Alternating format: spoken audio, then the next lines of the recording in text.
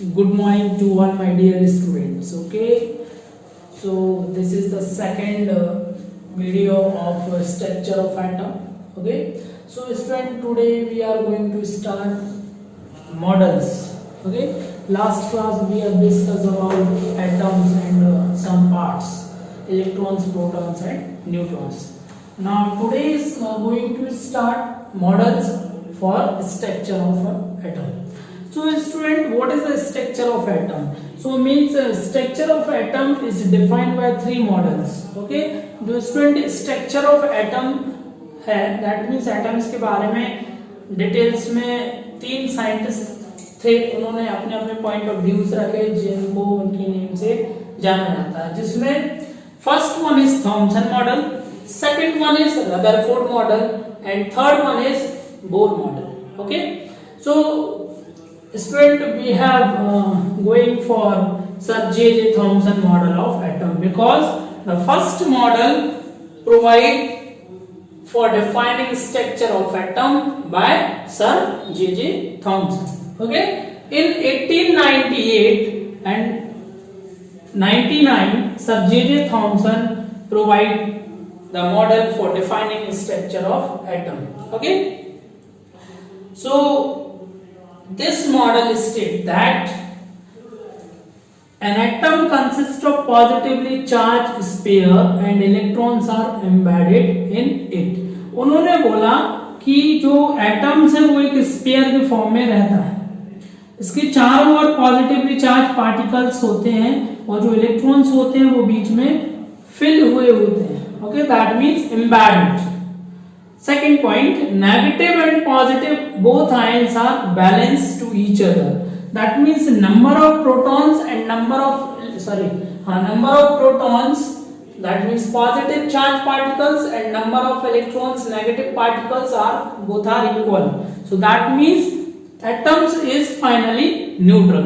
तो उन्होंने बोला कि जितने नंबर ऑफ इलेक्ट्रॉन्स होंगे उतने ही प्रोटॉन्स होंगे, जिसके थ्रू जो एटम्स होगा वो कंप्लीटली क्या होगा, न्यूट्रल होगा. Size of atom is 10 is to power minus 10 meter.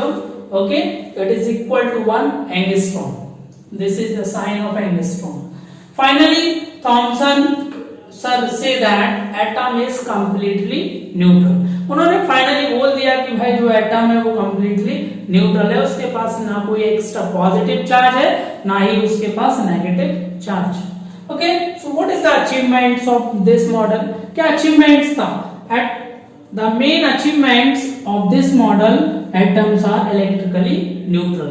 Electrically neutral का मतलब है no negative charge, no positive charge. Okay, and किसी ना किसी चीज में कुछ ना कुछ ड्रॉबैक्स रह जाते हैं, तो इस मॉडल का भी एक ड्रॉबैक्स रह गया था कि उन्होंने बता नहीं पाए कि भाई उन्होंने पहले बोला पॉजिटिव चार्ज पार्टिकल होते हैं फिर नेगेटिव भी होते हैं, पर उन्होंने बोल दिया कि भाई ये तो न्यूट्रल ही है. Okay, so the main drawbacks of this model, it could not be explained the stability of atoms. Okay, so the main drawbacks कि उन्होंने atoms की stability को अच्छे से explain नहीं कर पाए, because sometimes say that electrons number of negative charge available, number of positive charge available. Now finally we can say that the stability of atom not explained. Okay, completely neutral or not. Okay, so that means confusion की condition में वो छोड़ गए. So it is the main drawbacks of this model. It could not be explained the stability of atom. Okay, इसके बाद कुछ research हुए. Okay, उसके बाद एक साइंटिस्ट और आए, उन्होंने जिनका नेम है Rutherford. Okay, Rutherford model of this atoms. Okay, so student, Rutherford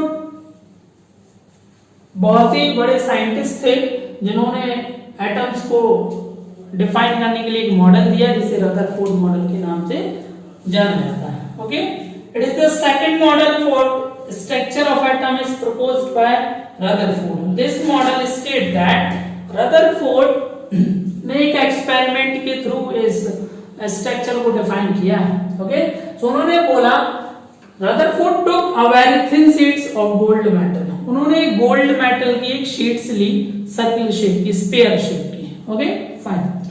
जिसमें उन्होंने ऑब्जर्व किया कि 100 और 1000 atoms are available on this sheets, thin sheets. He bombard gold foil with alpha particles. उन्होंने एक शीट लिया सर्कल शेप का, ओके, उन्होंने अल्फा पार्टिकल्स को क्या कराया, मूव कराया। अल्फा पार्टिकल्स की बमबारी की means bombard, okay, most of the fast moving alpha particles, okay, जो कुछ अल्फा पार्टिकल्स थे वो सीधे पास हो चुके थे उस गोल्ड फॉइल में, एंटर किए, then come pass through by this, not deflected. Some particles gold foil without any deflection, कुछ पार्टिकल्स सीधे निकल गए, okay, and some particles are deflected and some particles are come and back, okay. So इन्होंने बताया कि इन्होंने भी बोल दिया कि भाई इस गोल्ड फॉइल में कहीं ना कहीं पॉजिटिव चार्ज अवेलेबल है, वो भी कहाँ है, सेंटर में, क्योंकि इन्होंने जो सेंटर वाला अल्फा पार्टिकल्स था वो सेंटर में जाके टकराने के बाद वापस लौट गया और बाकी जगह पे कोई डिफ्लेक्शन नहीं हो रहा था, ओके। तो उन्होंने ये प्रूव किया कि भाई एटम्स की जो सेंटर पार्ट से वहां पे अल्फा पार्टिकल्स जाके टकरा के वापस आ चुके हैं, इसका मतलब है कि वहां पे पॉजिटिव चार्ज अवेलेबल है, okay. So student, the result of this model, the main conclusion of Rutherford model is that atoms will be consist with positive charge. उन्होंने बताया कि जो एटम है पॉजिटिव चार्ज है, वो भी कहाँ है, सेंटर में, into the center is known as nucleus. उन्होंने यहां से एक न्यूक्लियस की डेफिनेशन को जनरेट किया, ओके।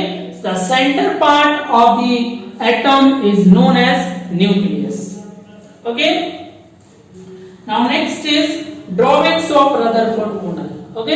इन्होंने भी अच्छे तरीके से नहीं बता पाए क्योंकि हम लोग फिर कंफ्यूजन की कंडीशन में आ गए। भाई जे थॉमसन ने बोला था कि electrically neutral, sometimes positive charge, sometimes negative charge.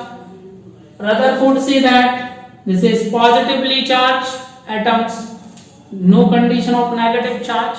Okay, so the drawbacks of Rutherford model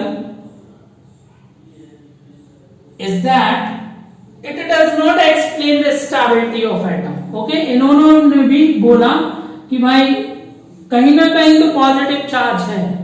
okay, so that means ये भी अच्छे तरीके से इस एटम्स को अच्छे तरीके से इन्होंने स्टेबिलिटी को नहीं समझा हुआ है. Okay, so both model are very much important for your exam point of view.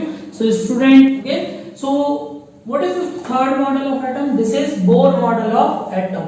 It is proposed in 1912 and 1913, discovered by and proposed by Sir Niels Bohr.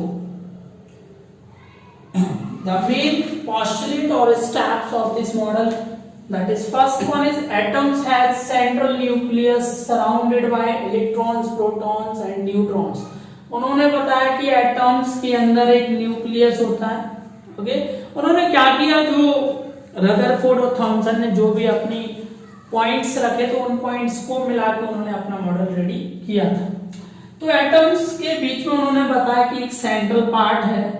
Okay, और उसके जो एटम्स है उसके अंदर इलेक्ट्रॉन्स, प्रोटॉन्स, न्यूट्रॉन्स तीनों exist करते हैं.